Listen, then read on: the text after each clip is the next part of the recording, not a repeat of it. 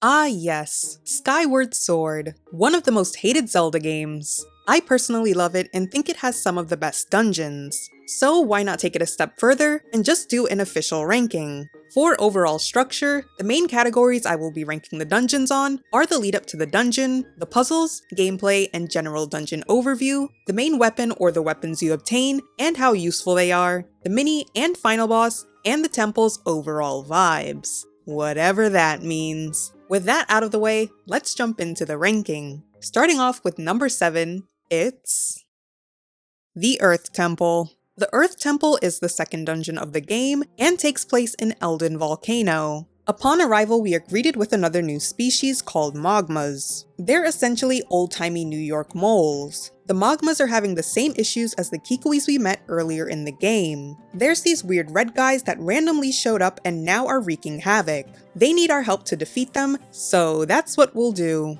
On our way to the temple, we hear a lot about a figure dressed in black, and we actually have a brief encounter with Impa, which lets us know that Zelda is here as well. The Earth Temple takes place inside the volcano, so the floor is literally lava. You'll have to avoid it by platforming on molten rock or rolling around on a giant ball. There's not a lot of rooms in this dungeon, which is something I realized on my most recent playthrough. Most of the puzzles take place in this main room. You can further extend the room and open new pathways by bombing walls, which, if you don't pay close attention to your map, can be quite easy to miss. Aside from bombing walls, I feel like there aren't too many non-obvious puzzles. There are some puzzles to open gates, but the answer to both of them is the same. Use your beetle to cut the rope, and the door opens. There's also a lot of bomb puzzles in quotation. I mean, it's pretty easy to guess that you will need to blow up boulders that block your way. Basically, what I'm saying is that there's not a lot of difficulty when it comes to this dungeon. If you look around, you'll find the answer staring back at you. The first item we get outside the temple is the digging mitts. I really like this item because it means you're going on a little treasure hunt. You use these mitts to dig up random treasures, everything from rupees, hearts, bugs, and even keys. This item is very helpful both inside and outside of the dungeon, as there are hidden items all over the main overworld. The item we get in the temple is the bomb bag. It actually belonged to this Mogma named Led, but after helping him get it back, he decides that we need it more than he does. Using bombs in this game is kind of interesting, because in the past you could throw or gently place the bomb down, but with the help of motion controls, this game now adds rolling into the mix. You can now roll bombs through small pathways, around obstacles, or wherever you see fit. The mini-boss for this temple is two Lizalfos. I cannot stand these guys. They're the most annoying enemy in the entire game. The way they jump around and avoid getting hit is super goofy and not in a good way. I actually didn't find this to be too hard on this playthrough, but I struggled so much with them as a kid, so I have a bit of PTSD. The final boss is of course a burning chunk of rock named Scaldera. I love this fight. Basically, you need to bomb Scaldera's legs, making it fall, and then feed it bombs. Once chunks of rock go flying off and reveal its eye, use your sword to get some hits in. Rinse and repeat with one minor variation. In the second phase of the fight, Scaldera will run over you and then drop and roll back to the bottom, trying to hit you on the way back down. Once at the bottom, you can feed him a bomb and take your final hits. Honestly, this is probably one of my favorite non-Girahim boss battles in the entire game. Overall, I don't think this is a bad dungeon at all. The music is incredibly good. I genuinely found myself vibing to it. I think compared to everything else on this list, it's just a bit forgettable. It doesn't have any standout moments, and for that, I have to put it in last place.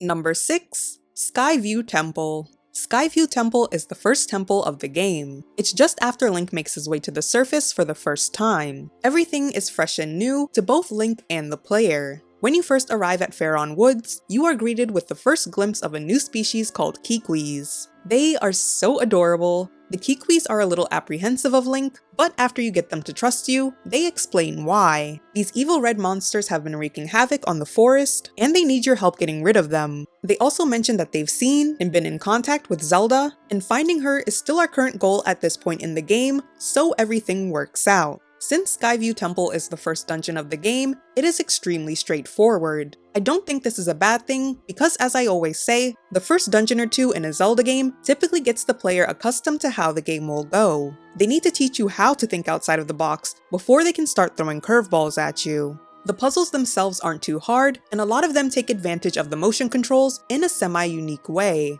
My favorite example of this is this puzzle. Throughout the dungeon, you will encounter eyeballs. The first time you see this, there is only one, and you need to get the eye to follow your sword, which will make it dizzy and open up a new pathway. The second and third time, there's a bit more of a depth and height aspect, as all the number of eyes increases. You will need to send them into a tizzy all at once. It's a very simple puzzle, but still one that feels very nostalgic, yet very refreshed, as the motion controls add a new feeling. The first item you get is actually outside the temple. It's the slingshot, and it's given to you by the Kikwi Elder in return for making sure all the Kikwis are safe. The slingshot is incredibly useful before and during the dungeon. Its main use is hitting faraway switches, but you can also use it to defeat and even knock over enemies.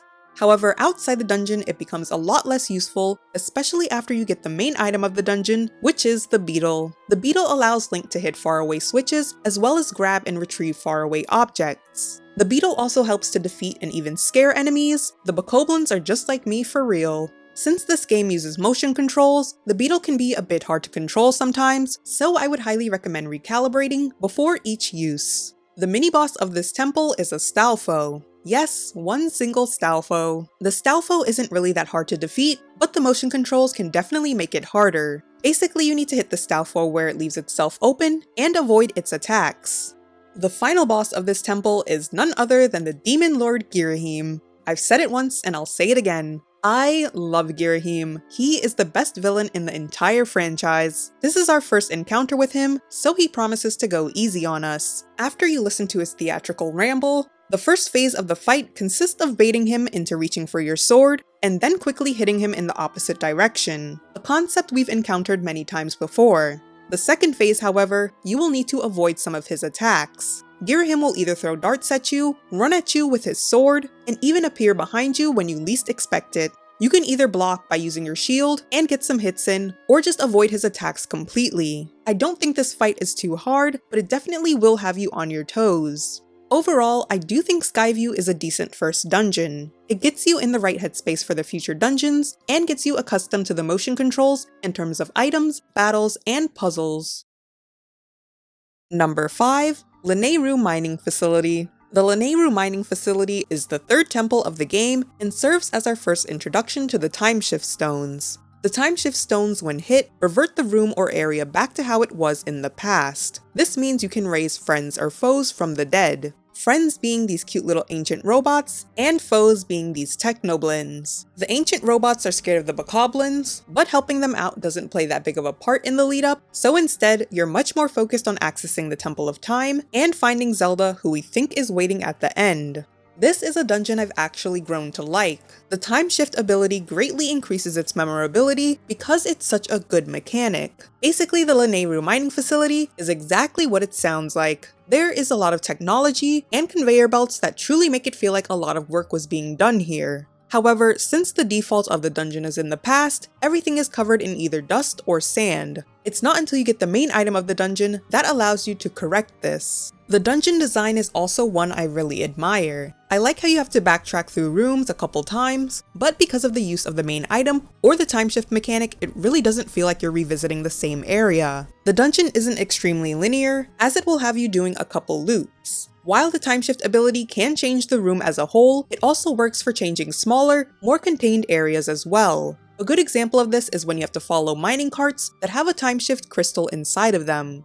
As the cart moves, the area immediately surrounding it starts to change. This adds a time constraint on some puzzles because the area will revert as soon as the cart gets further and further along in its track, meaning you will have to wait for the cart to make its way back in order to get another stab at the puzzle. This dungeon really does have you thinking outside the box as to what the time shift mechanic will change about the area and how Link can best go about solving the puzzle in front of him. That being said, I do think the dungeon is a bit tedious, as blowing away dust is kind of a boring and straightforward task. I don't think it's too big of a problem though, as the pros outweigh the cons, but I do feel the need to point that out. As for enemy diversity, I feel like this dungeon has some fun, but also not fun enemies. I really enjoyed slicing these BMOs and then stabbing them in the eye. I also like how they look like surveillance cameras, watching to make sure work is actually getting done. As for enemies I disliked, I definitely have to mention Armos. These guys gave me so much trouble as a kid, and sadly, some things never change. The main item we get is the Gust Bellows. If you have a bit of cleaning OCD, then this might be the item for you.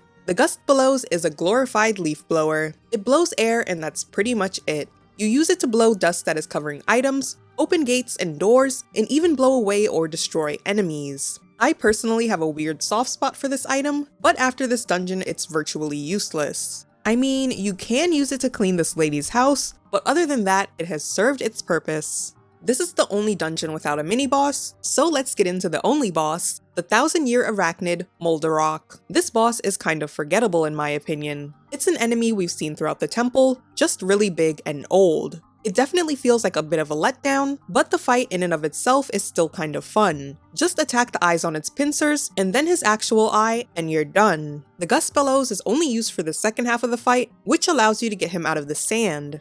Overall, I really do like this dungeon and its main gimmick. It has grown a lot on me over the last couple years, and I think the dungeon design and the way the puzzles connect is extremely clever.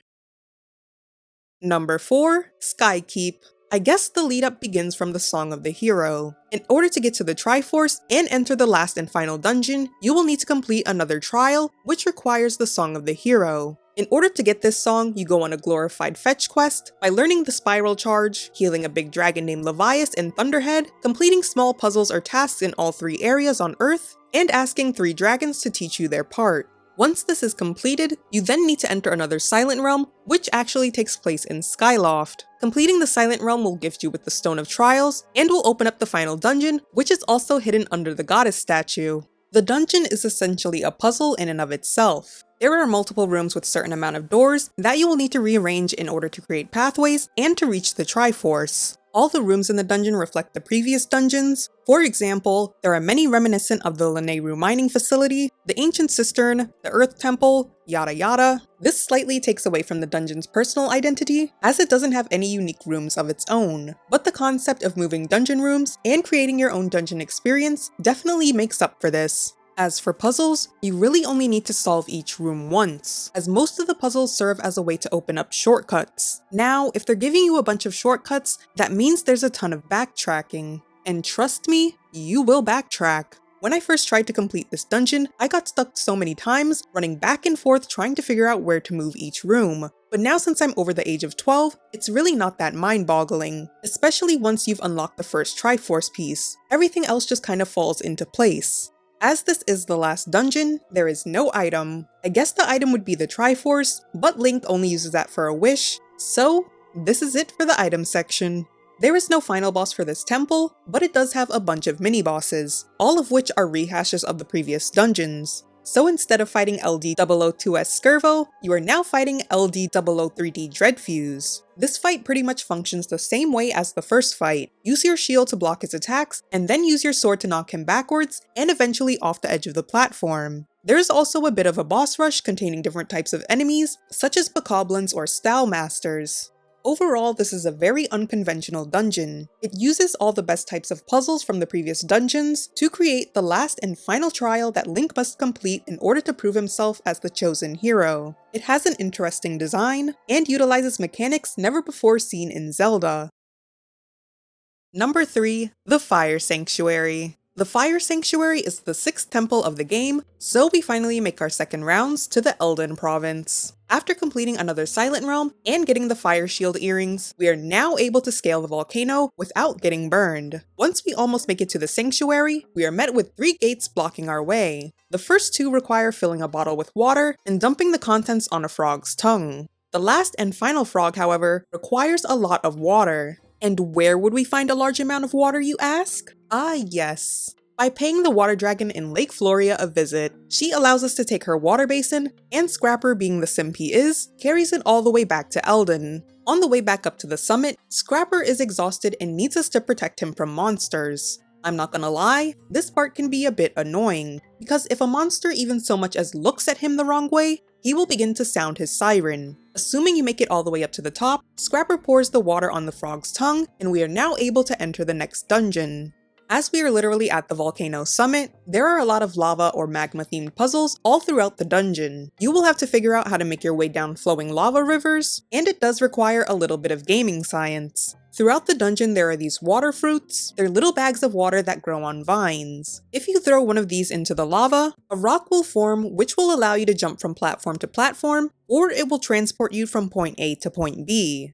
This dungeon also has a bit of a narrative, as you will go around saving a bunch of magmas. These magmas also have names that correspond to minerals. This was actually a thing before this dungeon, but it became extremely obvious as we consecutively meet gold, silver, bronzy, and plats. Their names also serve their hierarchy, with gold being of course the oldest and the leader. Saving these magmas consists of completing different puzzles, and in return they will give you some reward or information. It can be anything from a new item, all the way to giving you the information that you need to jump into a sleeping statue's mouth. This piece of information is actually really important, as you will literally need to take a leap of faith later in the game. The magmas do kind of hold your hand a bit, as they will reinforce information multiple times, or tell you how to solve puzzles that you could have figured out on your own. A lot of the dungeon takes place both outside and inside, as well as above ground and underground. Once you get the main item of the temple, it expands your way of thinking about the dungeon on two different planes.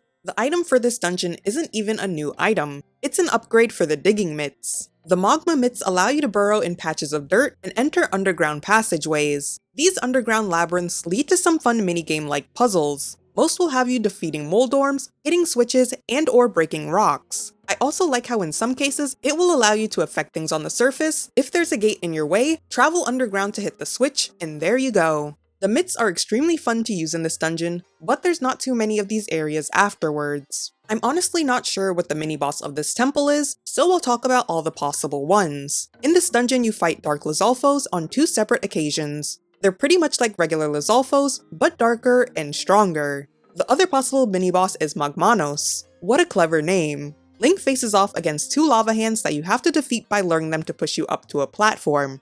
Grab the water fruit and splash it on one of the hands when they finally take form. Slash it with your sword, and repeat for the other hand. I actually got lucky while recording this and got a 2-for-1 deal. The final boss is yet again Demon Lord Girahim. Yes, my favorite villain is back for revenge. I actually enjoyed this fight more than the first because the difficulty has increased. The main premise is the same, avoid his attacks and try to bait and switch him. This time Girahim does have some new tricks. The knives will block you from attacking at certain angles, or they will follow you around, so you need to swing your sword a certain way to completely eliminate them.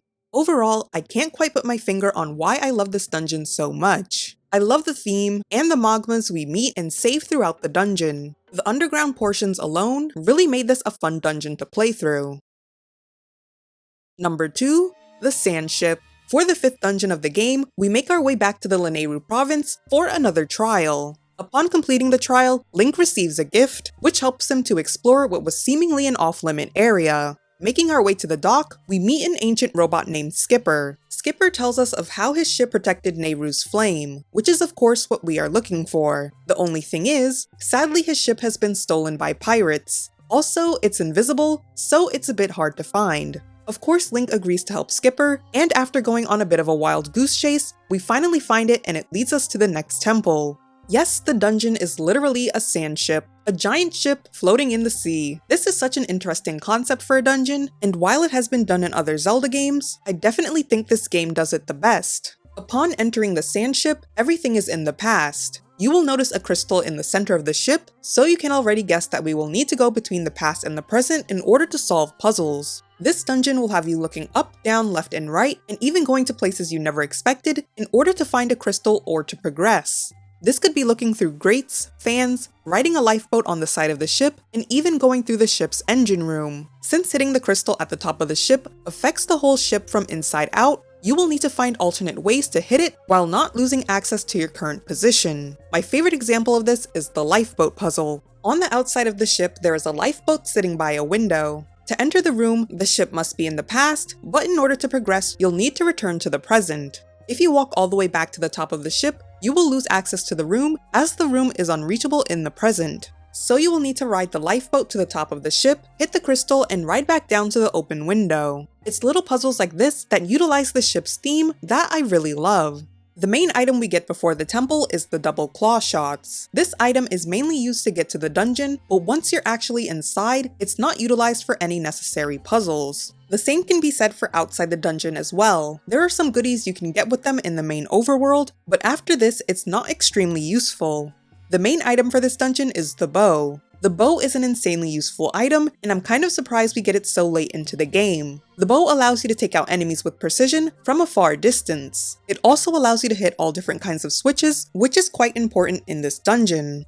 The mini-boss is LD002S Skirvo, who is a super cool robot pirate. I remember struggling with this fight as a kid, and again, some things never change. I record all gameplay at my desk, and during this fight I accidentally slammed my hand down on the desk. So that was painful. User error aside, it's a really fun fight. You fight him on this long skinny platform, and as you get further and further in the fight, the platform gets shorter and shorter as well. To defeat him, you'll need to block his attacks and hit him when he's off balance. Do this until he reaches the edge of the platform, and that will trigger the next stage of the fight, or his death.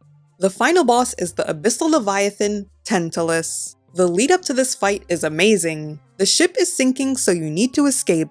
So Link makes his way to the outside of the ship while cutting and avoiding tentacles and rolling barrels. When you finally make it outside, you're greeted with this thing. Really, Nintendo? Why did you make them look like an Off-Brand Monsters, Inc. character? Well, alright. In order to defeat this boss, you'd have to cut off its tentacles and shoot at its eye in order to bring them down to where Link can hit him with the sword. This is repeated throughout the fight, with the second half being at a slightly higher altitude. This fight is actually pretty fun and cinematic, despite the final boss having the goofiest appearance.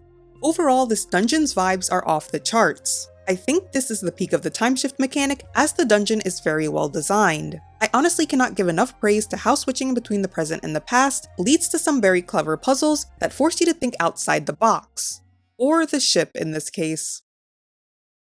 And of course, number 1, the Ancient Sistern. The Ancient Sistern is without a doubt the best dungeon in the game. After completing the first 3 dungeons, we receive the Goddess Harp from Zelda, which allows us to learn the song that will open up a trial, and receive a gift to take on the 4th dungeon. The trial is the Silent Realm in Faron Woods, and the gift is the Water Dragon Scale, which gives Link the power to swim underwater. From here, we open up the gate to Lake Floria in order to meet the Water Dragon herself. The thing is, she's not in the best shape. So we backtrack to Skyview Temple and the Skyview Spring for Sacred Water, which returns the Water Dragon back to her true form. After proving you're the chosen hero, the Water Dragon clears the path to the next temple. The Ancient Sistern is the best water temple in the franchise, hands down. The whole dungeon follows a narrative, specifically the Japanese tale called The Spider's Thread by Akutagawa. The story follows a man that was banished to hell, but since Buddha saw him spare a helpless spider's life, Buddha sends down a thread of redemption for the man's escape.